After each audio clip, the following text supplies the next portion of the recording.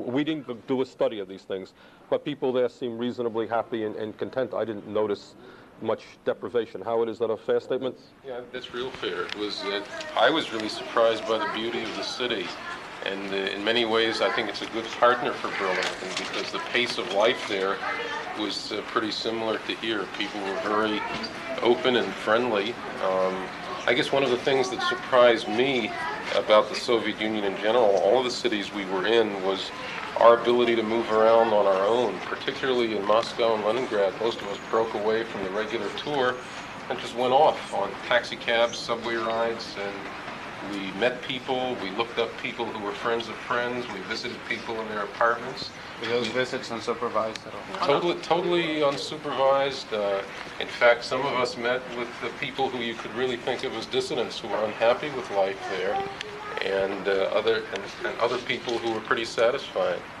But it was just like moving around in New York or Boston. In terms of the food in Yaroslav, I mean, I did go into 2 different food stores. Just that's my line of work. I was curious to see how it was. I mean, the assortment in the Soviet Union, generally speaking, particularly this time of year, it's the end of the storage season for cabbage and et cetera, it's not like what you have in the United States. You're not going to find 25 different varieties of citrus fruit, but the basic foodstuffs are certainly there, and I don't think there's any shortage of food or anything like that. Okay, does anybody want to add anything that hasn't been said? Don't be shy.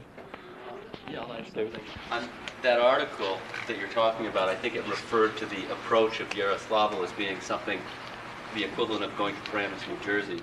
And I can't think of anything that could be farther from the truth.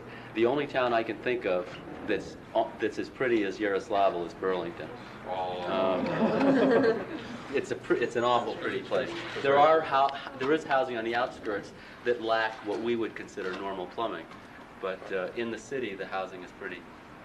And there are some 200- and 300-year-old wooden frame houses like the farm in Vermont.